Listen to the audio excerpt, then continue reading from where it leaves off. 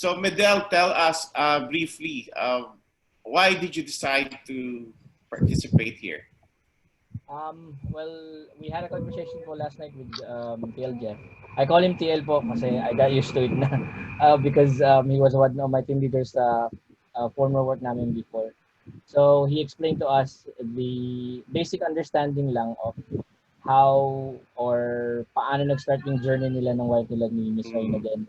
And then we were so inspired by it kasi whatever he shared for us is what something that we're looking for as a husband and wife. I'm sure everybody in this group agrees that if there's anything that we learned from this whole pandemic and chaotic COVID-19 that's happening around the world is that the only thing certain is uncertainty. Yes. And Dale Jeff explained to us that there's a huge opportunity wherein hindi lang siya actually business opportunity. It's a huge opportunity rin for us to make sure that no matter what happens between me and her or anything in the future, we're making sure na secure yung family and kids. And at the same time, yung advocacy nila ni Miss Reyna at si TL Jeff is not really for the money itself. It's for sharing your blessings, whatever they got from Sun Life, and they became believers. And then their heart, I guess, it's one of their calling is to share it to other people so they can experience the same amount of blessing that they had as a husband and wife as well. So yeah, that's the main reason why we're here. Galing, ang galing mo magsalita Medel. What do you do? Thank you. I used to regional training officer outside the country. Kaya, galing. Thank you po. Galing. Galing neto, Reyna. Nice sharing. Nice sharing, no? Medyo maayos ang juicing eh.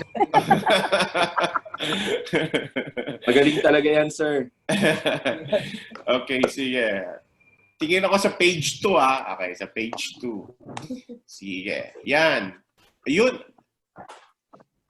Arian! Aridon, ikaw yung kanina, I made a mistake in making you host. So, ikaw naman ngayon ang taya. Sige. Ikaw naman, what's your reason? And who invited you, by the way, Arian? Nakamute ka yata. I'm sorry. Hi, good morning po.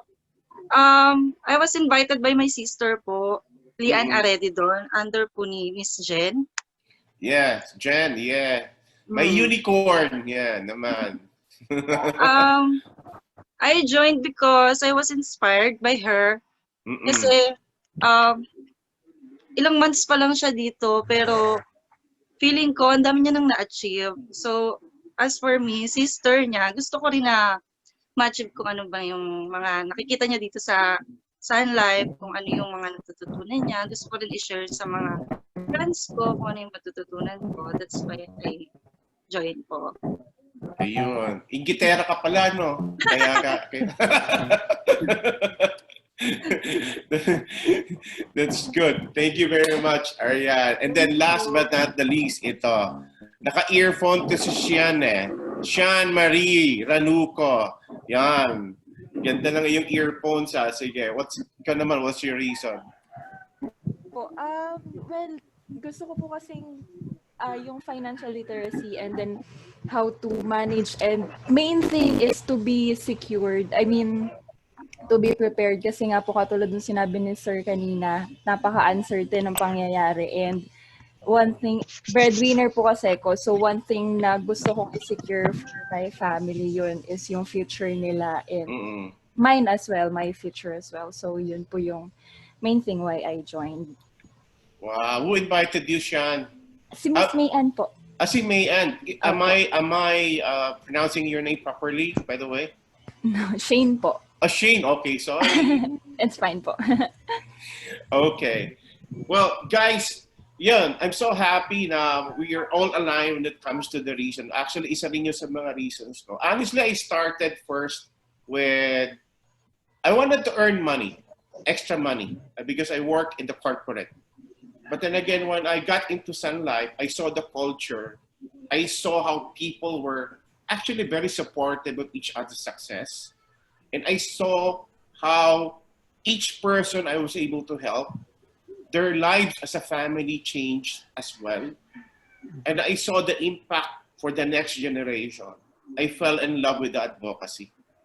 So now, initially, I admit the initial motivation was for me to earn extra. It ended up being an advocacy because do you feel just like me? Do you feel happy when you're able to help people and make them happy as well? Yes po. Yes. Yes, sir. Yes. Oxytocin yun. That's the hormone. And whenever you help people and you make people happy, you generate oxytocin in your body. And sa dami na natutulungan namin, I became addicted to it. So I hope you guys will become addicted as well to helping people and making people happy. Because that's basically what we are doing here in Sun Life. The money that comes in becomes the byproduct. So it's the mission first, not the commission. Because if you do it the commission first before the mission, you will not be happy, you will not be successful in this business. Sabihin ko na sa inyo yan. So, the managers that you see here have the same value system as me and my wife. And we are into this as a family, and we are into this as a noble advocacy. So let me share with you my life story first. So ang segment natin ganito I'll share with you my life story. May konting yabang yon, syempre, kasama na yon. No? But then again, the intention is not to make yabang, but to inspire people here because we came from very, very simple beginnings. No? Ako, ang tatay ko, sundalo lang. As in, hindi naman official. Yung sundalo lang talaga. I came from a public school, from elementary to high school, public school ako. And then yung asawa ko, Mrs. ko, is also from very humble beginnings. Nanay niya was a sales lady lang before. Yung tatay niya is a construction worker. So that's where we came from. We came from very noble backgrounds as well. So share ko lang sa inyo yung screen ko. So I can start with my presentation. Now, this is the first segment. Second segment would be, I have a guest. It's a special guest. And she will be sharing her Sun Life story as well. So, her name is Tina Liorca. She's actually a CPA by profession. And right now, she's one of our superstars. So mamaya, pagkatapos ko, siya naman mag-share. Okay? So, let me share my life story first. So, simple lang, my life story, how change came. Yan ang background ko. I'm a psych graduate from UST. May taga-UST ba dito? Ghoste. Ghoste. So, sourcing and tech, I've been in recruitment, in human resources, project management, in mostly multinational companies during my corporate life. So, for more than 20 years, corporate talaga ako. So, our story with Sun Life started here. Ako yan, this is my wife, this is my two kids. We live in a very small apartment in Imus, Cavite. Meron ba dito ang taga-Imus, Cavite o taga-Cavite? Alam niyo yung Robinson's Imus? Tapat kami. Pasok kayo doon sa Billy Amparo. That's where we first lived. And that's how we started our family. That's my wife, my two daughters in a small apartment in Imus, Cavite. Katapat namin, basketball court. So everything in that apartment is abot kamay. Sala, dining, kitchen, yun na yun. And one day, may nagpunta dyan na dalawang advisor ni Sun Life. That was over 10 years back. Naglalakad lang sila. And they spoke to my wife. Siyempre ako, hindi ako naniniwala sa insurance that time. Minado ako. Nakinig lang siya noon, yung misis ko. Pag uwi ko galing opisina, diniscuss sa akin si Sun Life. And what I did, tinorpido ko. Because ano yan, gastos lang yan eh. Meron naman akong HMO, meron naman akong group life insurance. Meron naman akong fund from the company. So bakit ako bibili niyan? So para sa akin, gastos siya. That was the first encounter, di ba? Now, 2 years after that first encounter, boom! Para akong binuhusan ng malamig na tubig. My wife was diagnosed with stage 1 breast cancer. Yung pinagmamalaki kong HMO, yung pinagmamalaki kong benefit from the company, even yung little savings namin wasn't enough. Bakit? Mapapagamot mo ba ang cancer sa halagang 200,000? So, nagkautang-utang kami, and the people na I thought would help us never did. Probably because wala rin naman kasi silang pera. Kasi ang Pilipino naman, wala naman sa ugali talaga na nagsasave talaga for emergencies. So, from unbeliever, naging passionate advocate kami because of our experience. Every time we have an opportunity to share the bad experience that we had, we shared it with people because we don't want people to experience what we went through. During the time that we had this critical illness in the family, that was the lowest point of our life. Walang pera, may utang, ang level of anxiety namin nandirito. Kasi ikaw, ma-diagnose ba naman yung asawa mo na may cancer? Anong iisipin mo? And I have 2 daughters, small daughters.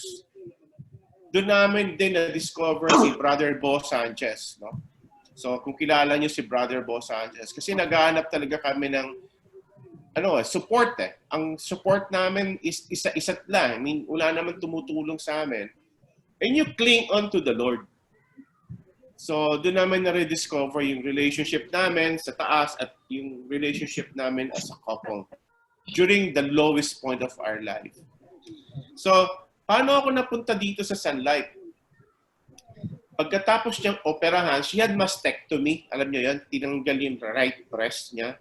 Tapos nilagyan ng silicone implant para hindi pa rin siya maging parang damaged goods, no? Kasi basically, when you're a female and you have 1 boobs, di ba? Parang hindi na pantay yung katawan mo maglakad. And then wearing daily, regular clothes is always a challenge, di ba? So yung confidence mo as a female is impacted in a tremendous way. So I agreed to have her undergo breast implant as well. So imaginein mo, surgery and then implant, diba? And then therapy and treatments. So talagang financially, it was very heavy for us, diba? So nung gumaling na siya, after a few months from the surgery, that's the time that we started calling up insurances again. Pause lang ako guys ha. Can you hear me ng maayos? Yes. Yes po. Okay. Yes po. So, tawag kami. And the nearest insurance company in our house in Cavite Yes, is sir. Sun Life. Ayun. So, nangyari, nagpadala si Sun Life ng number 1 advisor nila sa Imus sa bahay. Dumating ang aming advisor, future advisor, pangalan niya si Rosette Pineda. Bagong Fortuner, may driver, mukhang Donya. Totally different doon sa mga nauna nagpunta doon sa amin na naglalakad lang na 2. Now, of course, our mind was made up, so we got the insurance finally. But then again, the sad thing happened. So when we applied GG, siyempre, di ba, meron na siyang pre-existing. She was rejected by Sun Life. Siyempre, may pre-existing na eh. So ako na-aprubahan. So yung premium na binayad kay GG, dinivert ko dun sa 2 kong anak. So 3 kami, may life insurance, yung misis ko wala. Pero ang galing ni Sun Life, sabi niya, try natin after 2 years, mag-apply ulit kayo. So nag-apply din naman. After 2 years in-apply namin, na-approve si GG. Pero BUL, walang mga critical illness benefit. Which is fine. Because, di ba, mas maganda namang may insurance kaysa wala. Especially sa situation niya. Do you agree, guys? Yes. So, naging policy holder muna kami. And then yung aming advisor, sakto na promote as a UM, nire-recruit si Gigi at ako. Parang yung mag-asawa dito, yung kanina yung nire-recruit. So, kliyente rin ba kayo ng Sunlight na? Ay, di pa. Malapit na. Not yet. malapit na. So, ang nangyari, hindi muna akong tubig. Siyempre, hindi ako pwede kasi nagtatrabaho pa ako eh. My wife, kinukulit niya, and one day, sabi ko na lang, Mami, nakakaya kay Rosette, punta tayo doon. Punta tayo sa Max Restaurant sa Imus, doon gagawin yung meeting. And then, kain lang tayo, merienda, uwi na tayo. Yun lang ang peg ko. Kakain lang kami ng libre, pagbibigyan namin si Rosette. Yun. So guys, meet muna tayo ha. Meet muna tayo. May narinig akong manok. Yeah, meet muna tayo. Yeah. So, alam mo, nung una, gusto lang namin talagang kumain and then umalis. But then again, after we heard the presentation and we realized, teka mami, diba marami tayong utang? And then my wife said, yeah, sige, subukan natin to. Subukan ko ako muna. And then my wife became an advisor. Ang intention lang niya is to earn 5 to 10,000 pesos a month. Kasi yun lang naman ang gastos namin monthly sa apartment namin na maliit na yan. And yung ano man yung sweldo ko, yun ang aming tinitipid at sinisave pambayad ng mga utang at pambayad sa mga premiums namin. And you know what? Yung first 6 months na advisor siya, kumikita siya ng ganon, tinitipid talaga namin yung 10,000 pesos a month na yon. Hindi kami kumakain sa labas. Yung mga may asawa dito o may mga anak, bibili na lang kami ng underwear namin. Gagastusin pa namin, uunahin namin yung mga bata. Kasi sila yung priority. Can you relate? So, ganun ang story namin. Then suddenly, on the 6th month, lo and behold, may na-meet kami, maglo-loan kami sa bangko, bank manager ng BDO, kumuha sa amin ng insurance na 5 million pesos nang walang kahirap-hirap. Kasi meron na siyang BDO Life, kinompare niya yung Sun Life, BDO Life, ngayon BDO Life na siya, dati Generali yan eh. So naging BDO Life. Kinompare niya yung mga policies niya, apples to apples, yung premium payments versus yung benefits, ang layo daw ng diferensya. So hindi namin siya sinabihang i-cancel niya lahat ng policy niya sa ibang company. Siya na rin yung nag-decide. Kasi sabi niya, after a few years, bawing-bawi ko na yung BUL ko ng Sun Life, kung ano man yung binayad ko dito sa ibang kumpanya. So siya yung nagbigay sa amin ng malaking opportunity. Doon nagsimula lahat. Kasi pagkatapos nun, lahat na ng pamilya niya, pati buong angkan niya, pina-insure niya. Yung asawa niya, yung anak niya, pina-insure niya ng 50 million each. Siya kasi hindi na siya pwedeng insure ng malaki. Kasi may diabetes na rin siya, yung main client namin. Pero buong angkan, kapatid, nanay, mga pamangkin, doon nagsimula yan. And doon namin na-realize na pwede ka pala talagang kumita na maayos dito. Kasi nga, alam mo, yung kinita namin doon sa unang-unang account na yun na malaki, wow paycheck namin, was 600,000 pesos sa isang buwan. Kumita kami. And that was over 10 years ago. Alam nyo, sa totoo lang, ang dami ko ng negosyong pinasok. Not negosyo, but nagbebenta ako, di ba? Ako yung taga-benta. Nagbebenta ako ng empleyado ako, may dala ako mga plastic bag. Bebenta ako ng panty at bra ng babae, pahulugan. Nagbebenta ako ng alahas. Nasubukan ko magbenta ng pati sabong, manok pang sabong, nagbebenta ako dati. Kaya yung mga tunog, yung mga manok-manok sa background na yan, it reminds me of those times. So, si Mrs. nagbebenta rin ng kandila. Gumagawa siya. Muntik nang masunog yung bahay namin. So, lahat talaga as a couple to augment our income and to pay all our debts. Ang dami namin ginawang racket. Dito ba may mga raketero-raketera din? Meron? Di ba masarap magbenta? Kasi nga, ang impact nun sa pamilya ko eh. So, para sa akin, masaya yun. Miski mahirap siya, gagawin ko para sa pamilya. So, paano kami umalis sa corporate world? Nung nag-advisor na siya, nakikita ko na yung success ng misis ko. Paano yung transformation niya. Kasi tingnan nyo introvert yan. Hindi yan nagsasalita kung hindi mo siya kakausapin. Tapos kung magsasalita man yan, hindi siya nag-i-small talk. May sasabihin siyang importante kaya siya magsasalita. Introvert. So, nakita ko yung transformation niya from somebody na walang tiwala sa sarili niya to somebody confident.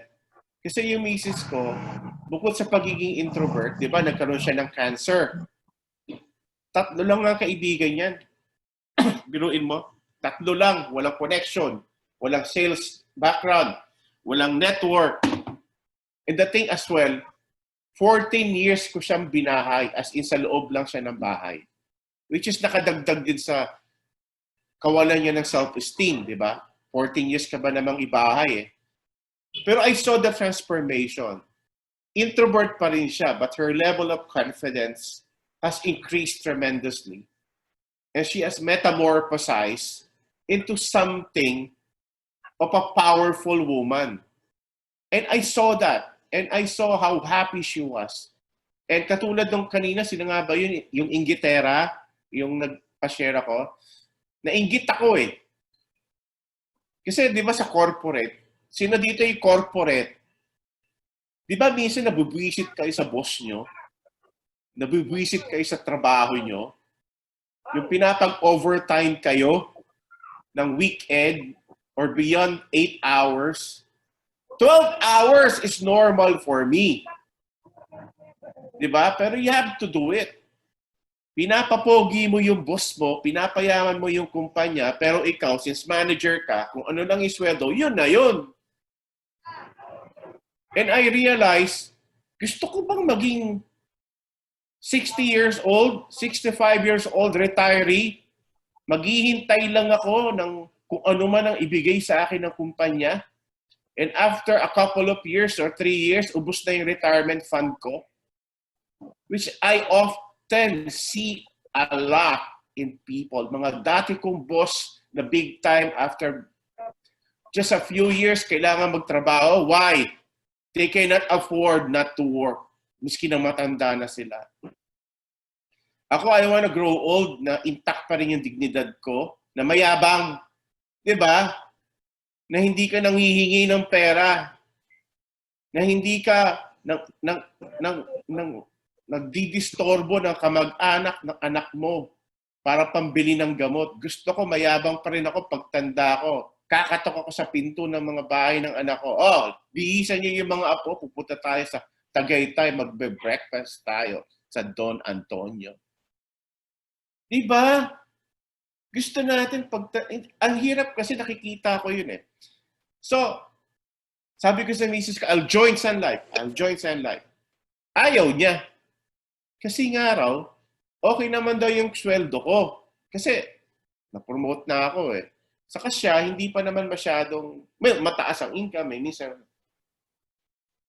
Pero in 2014 was the clincher. Sabi ko talaga, mami, ayoko na. Hindi na ako masaya sa corporate life ko. I was miserable. I was getting depressed. I was unhappy. Although ang sweldo ko, okay. Pero hindi ka masaya. So sabi niya, sige daddy, mag-resign ka na. Lo and behold, ginulat ako. Kaya naman pala pinagre-resign na ako. Ang dami na niyang pera, hindi ko alam. Alam niyo, kayong mga babae, di ba? Ang pera niyo eh. Di ba? Ang pera namin, pera niyo rin eh. So, hindi ko alam. Hindi naman ako matanong. Hindi naman. Hindi ako matanong eh. So, doon ko nalaman na, yun, natuwa naman ako because we could now become full-time entrepreneurs. And that was what I really wanted. So I left the corporate world in November 2014. I got coded. After 1 month, ginawa na ako kagad manager candidate ng aming BM. Isang buwan lang, na-promote kagad ako. Kasi kaya ko naman daw dahil dati nga akong executive. So ako, masunuring sundalo, I followed the instructions of my boss. Sabi ko, sige basta tulungan mo ako. Ayun, so tinulungan niya ako.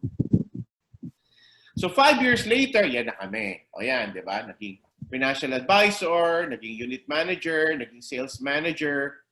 Now, in January 2019, my wife also became a branch manager. Ako naman naging sales manager. And everything changed. So in a matter of, if you notice, no, 4 years, grabe, no? Ang laki ng progression ng career namin sa Sun Life. Pero hindi siya naging madali. Alam nila Reyna, nila Tina, nila Christopher, nila Thirdy, kung ano yung hirap namin from the beginning. Kasi lahat naman ng negosyo, di ba, alam naman natin, lahat ng negosyo pag nagtatayo ka, first 2 to 3 years, really, you need to sacrifice. You need to sacrifice time, effort, pride, di ba? Pero pagkatapos naman nun, pag napagdaanan mo yon, the rest of your life, you'll be fine. Yun nga lang, the challenge here is, can you sacrifice for 2 to 3 years so for the rest of your life, you will be okay? That's the question. Kasi if you are willing to stay in a company or work as a corporate employee for 30 years, kaya mo bang magtiyaga ng 3 years para for the rest of your life, you're self-employed? Diba? So that was my thinking. So talaga nasipag namin. O, teka, stop muna ako kasi merong hindi naka-mute. Yeah. Merong hindi naka-mute. Can somebody, can you check? Sandali Ayan. Ayan. I think merong electric fan na nakatutok sa headphone or microphone. Kaya, yan. Yan. Can somebody check? Yan. All right. Now, so, okay. Biruin mo yung transformation namin. Now, bakit ko pinapakita yung Sun Life and then the other businesses that we have? Itong other businesses na nakikita nyo sa screen, these are all katas ni Sun Life. Ano to, ate? Katas ni Sun Life yan. Oo, ngatan. Sandali I-mute ko kayo lahat Sandali. Yan. Nahirapan lang ako dito sa bagong laptop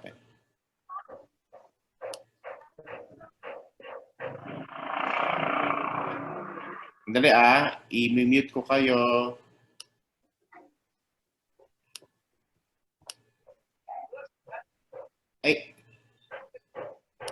Ayun.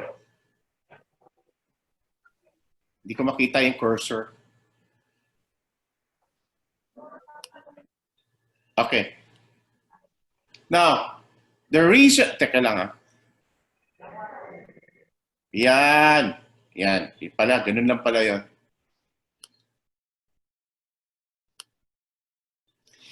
So, the reason why pinapakita ko yan, hindi para magyabang. Gusto ko lang pakita sa inyo, ito yung mga naging katas ni Sun Life.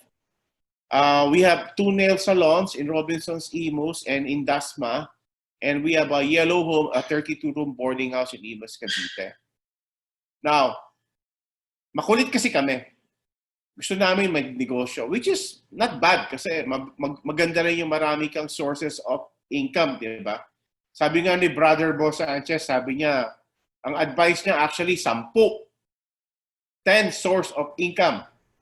Di ba? Passive income. Na ngayon, na-realize namin na talagang importante, marami ka talagang sources of income. Sa nangyari ngayon, kung isa lang ang source of income mo at tinamaan ng pandemic, hirap na hirap ka ngayon. But then again, we have multiple sources, no? Bukod pa doon sa mga investments namin. How much is the capital for putting up a typical mortar and brick business like a salon and a boarding house? Millions. Yung salon namin, we spent about approximately 7 million, yung dalawa na yan. Because it's in a mall. Saka hindi siya mumurahing salon. And the boarding house, we spent around almost 8 million already now. Kasi nag-extend pa rin kami. Pero magkano yung kinikita ko? I spent 7 plus 8, magkano yon? 7 plus 8, about almost 15 million, di ba? Pero magkano kinikita namin dyan monthly? Ang neto namin yan on average is only around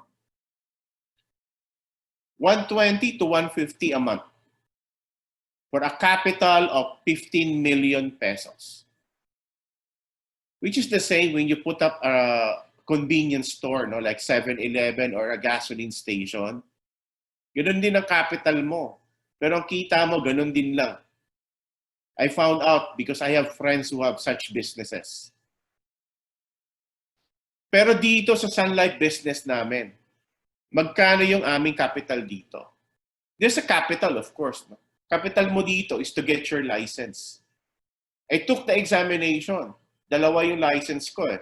BUL saka traditional life insurance. So that's 1,000 pesos each to take the exam at the insurance commission. Pagkatapos doon, I need to get a license from Sun Life. Yung license na yon parang franchise. 3,000 yon for 3 years, no? So every 3 years, ang binabayaran ko kay Sun Life is yung aking renewal ng license ko. 3,000, 3,000. The exam, one time lang yun eh. Lifetime na yun eh. Pero yung negosyo ko na ngayon, yung tatlo na yan, every month, I pay more than 100,000 pesos. Upa pa lang. Hindi pa kasama kuryente, tubig, sweldo ng empleyado, security, supplies, bayad kila local government.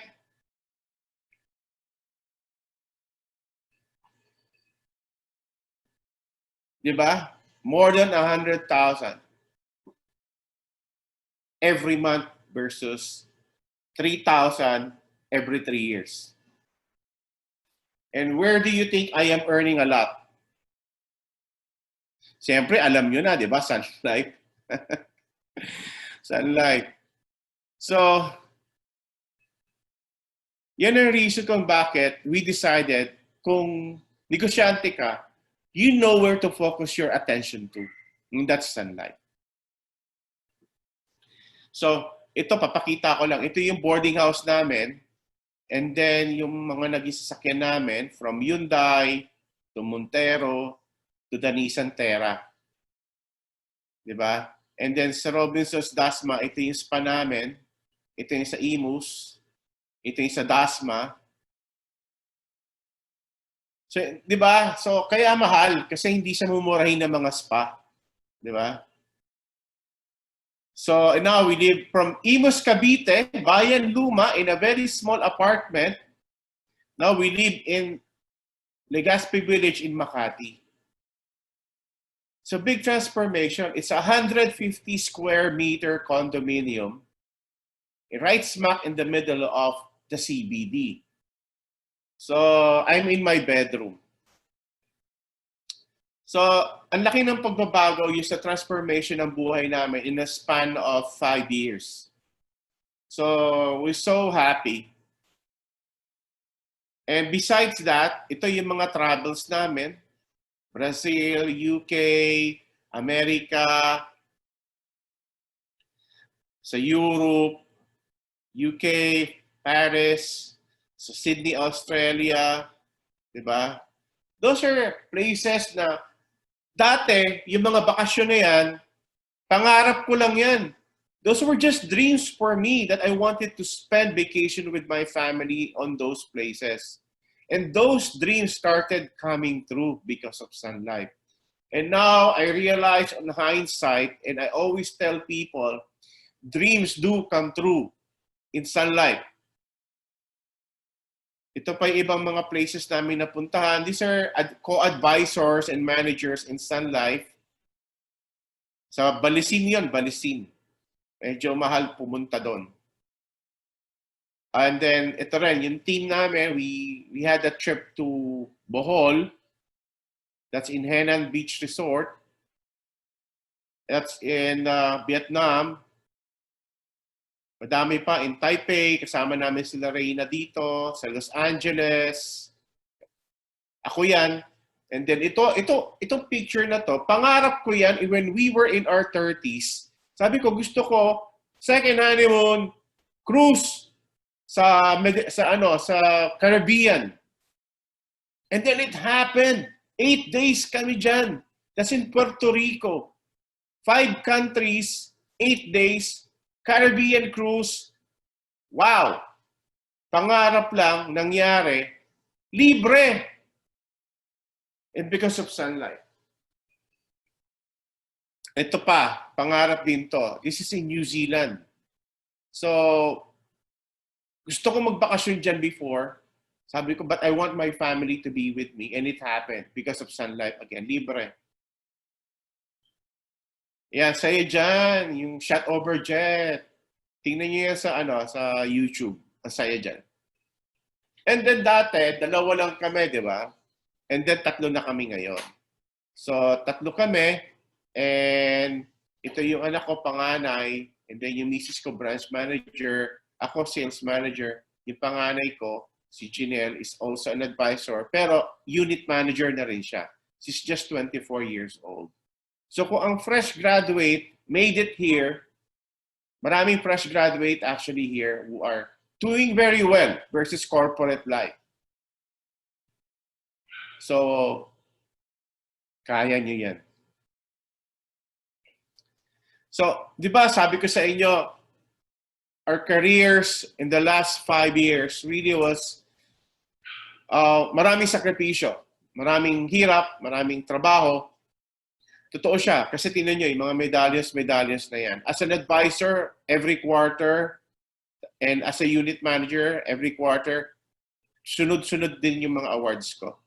So yan din. As a manager naman yan. Yan din yung mga awards ko. So, yan ang reason kung bakit naging successful kami. Hindi siya naging madali. Pero, you know, the beauty of being in Sun Life, the culture in Sun Life, everyone wants to be successful. So everyone is pulling each other up. I fell in love with the culture kasi dito walang politics. Magugulat kayo. Nung una naninibago rin ako eh. Ba't ganito yung mga tao dito para mga addict? Kasi alam mo, oxytocin, nakaka-addict tumulong sa tao at magpasaya sa tao. Totoo siya. Tapos ito yung mga latest awards ko. 2019, Top 1 Sales Manager in Sun Life nationwide in health products. And I was 2019. This is an international award, Gamma FLA Diamond Qualifier.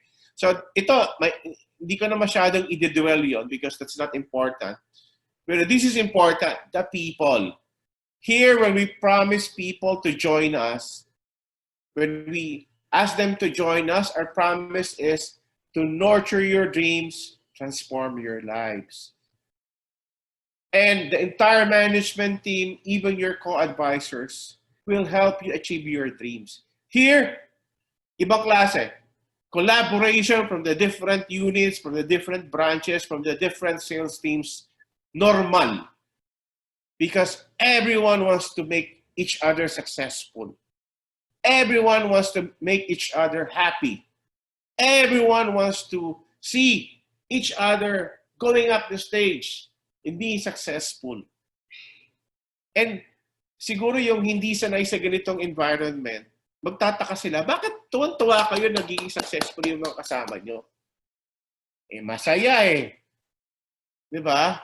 Di ba ang saya-sayang tignan na nagiging successful yung mga kaibigan mo?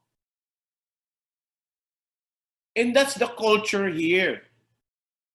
And these are some of the people na katulad nyo before na nakikinig din sa akin sa ganitong venue, but that time live in a big room. They joined us, they became advisors, and now they're getting awards left and right as well. The promise of nurturing dreams, transforming lives, these are some of the people whose promises actually became a reality.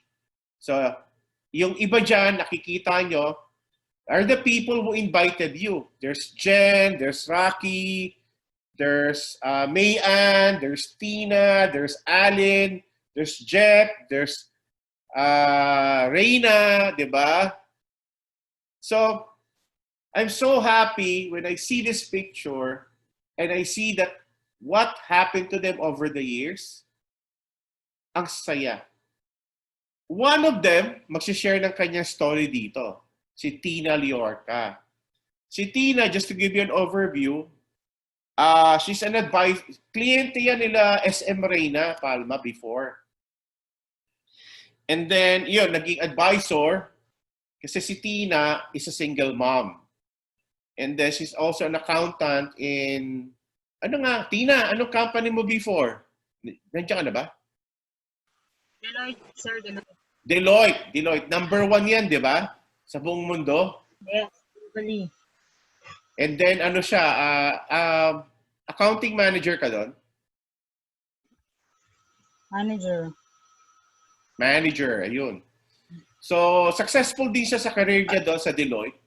In fact, at a very young age, manager na siya. Actually, ikaw ba yung pinakabatang manager doon sa Deloitte that time? Hindi naman. Di naman. Yan. Pero fast promoted. Yan. So, isa yan sa mga successful corporate persons at a very young age who decided to become a full-time financial advisors from corporate to Sun Life. So, siya muna magdi-discuss. I'll turn the table to her.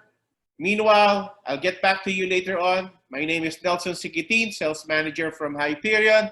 Thank you very much. And I'd like to thank everyone again. Tina, take over. I'll stop sharing. Thank you po. Ready ka na?